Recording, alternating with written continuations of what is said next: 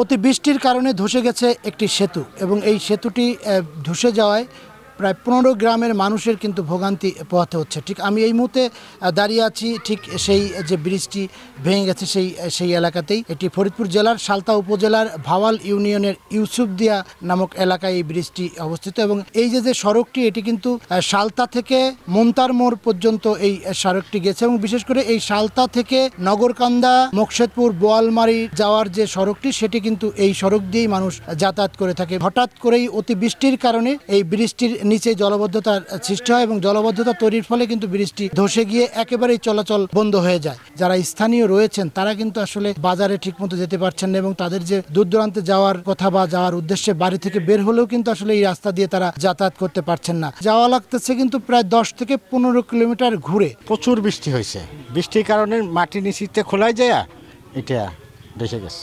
10 থেকে 15টা গ্রামের মানুষের যাতায়াত একদম বন্ধ হয়ে গেছে। আমাকে বিশাল একটা ক্ষতির মাধ্যমে আমরা পড়ে গেছি। এই ব্রিজটা ভাঙাতে আমাকে অনেক গুল্লি হয়ে যায়, 10-15 পথ ঘুরে আসতে হয়। অতি দ্রুত এই ব্রিজটি সংস্কার করে জনগণের চলাচলের জন্য উপযুক্ত ব্যবস্থা গ্রহণ করা হয়, এজন্য ঊর্ধ্বতন কর্মকর্তার দৃষ্টি আকর্ষণ করছি।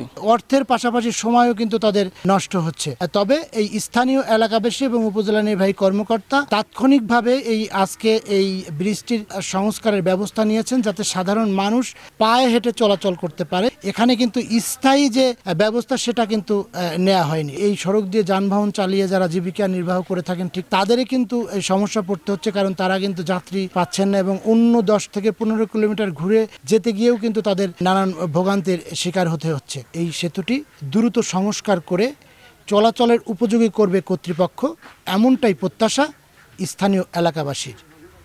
শিকদার সজল, সময় সংবাদ, ফরিদপুর।